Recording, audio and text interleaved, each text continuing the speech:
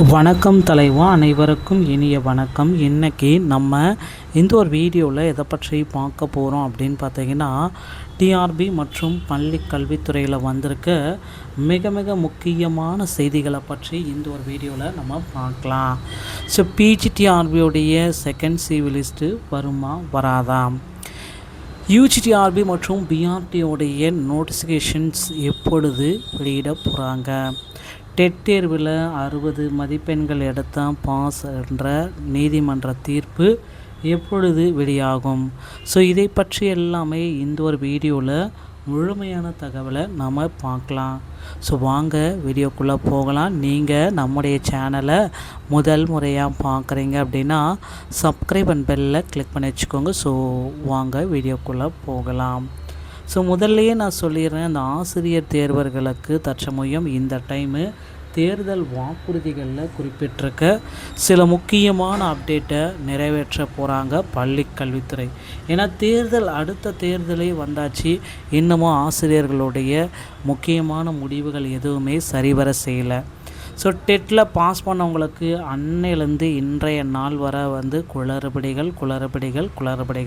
So டெட்டில் certificate பார்த்திங்கன்னா பிடிஎஃபாக download பண்ணணும் அப்படின்ற மாதிரி கொடுத்துருக்காங்க. டெட்டில் பாஸ் மதிப்பெண்கள் மாற்றப்பட்டிருக்காங்க.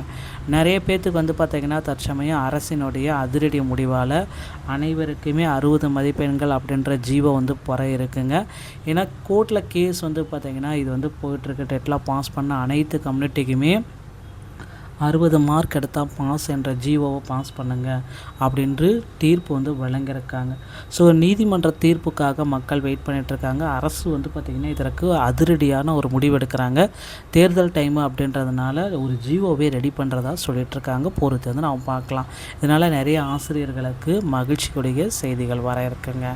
அடுத்து நீங்கள் எல்லாருமே எதிர்பார்த்த மாதிரி டிஆர்பியில் இந்த நியமன தேர்வு ரத்து, இதை போன தேர்தலுக்கே வாக்குறுதிகளில் அள்ளி விட்டாங்க. ஆனால் இந்த தேர்தலுக்கு அதை நடைமுறையில் கொண்டு வரல. ஸோ இந்த தேர்தலுக்கு முன்னாடி இறுதி நடக்கிறதுக்கு முன்னாடியே பார்த்திங்கன்னா முதல்வர் ஸ்டாலின் ஐயா அவர்கள் ஒரு இறுதி கையெழுத்து போட இருக்காது, அது இதுவாக கூட இருக்கலாங்க. ஸோ பொறுத்து நம்ம பார்க்கலாம். அடுத்தடுத்த தகவலை இதில் என்ன ஆசிரியர் தேர்வு வாரியத்தில் என்னென்ன நடக்குது என்பது எல்லாமே நம்ம தெரிஞ்சுக்கலாம். அதே போல் 2013 மற்றும் 2017 டெட்டில் பாஸ் பண்ணக்கூடான போஸ்டிங்கும் போட இருக்கிறாங்க. ஸோ கிட்டத்தட்ட மக்கள் எல்லாருமே எதிர்பார்த்த அந்த ஒரு முக்கியமான அறிவிப்பை ஆசிரியர் தேர்வு வாரியம் வெளியிடுறாங்க. ஸோ தற்சமயம் பார்த்திங்கன்னா நம்மளுடைய பள்ளிகளில் மாணவர்களின் சேர்க்கை அதிகரிச்சிருக்கு. தமிழக அரசு பள்ளிகளில் 4.3 லட்சம் மாணவர்கள் கடந்த ஆண்டு புதிதாக சேர்ந்தனர். இந்த ஆண்டு 5 லட்சம் மாணவர்கள் சேர்க்கை தொடக்க கல்வித்துறையின் சார்பில் இலக்கு நிர்ணயிக்கப்பட்டுள்ளது. அதை நிறைவேற்றும் வகையில் வழக்கமாக ஏப்ரல் மாதத்தில் துவங்கும் மாணவர் சேர்க்கை தனியார் பள்ளிகளுக்கு இணையாக அரசு பள்ளிகளில் மார்ச் 2ஆம் தேதியே துவக்கிறாங்க.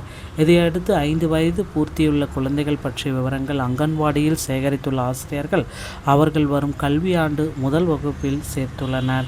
இதன்படி அரசு தொடக்க பள்ளிகளில் கடந்த 20 நாட்களில் 44,396 மாணவர்கள் புதிதாக சேர்ந்துள்ளனர்.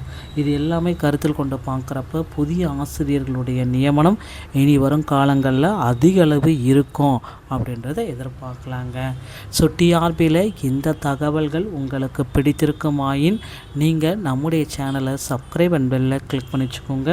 மீண்டும் ஒரு நல்ல தகவலோடு நான் உங்களை சந்திக்கிறேன். நன்றி, வணக்கம்.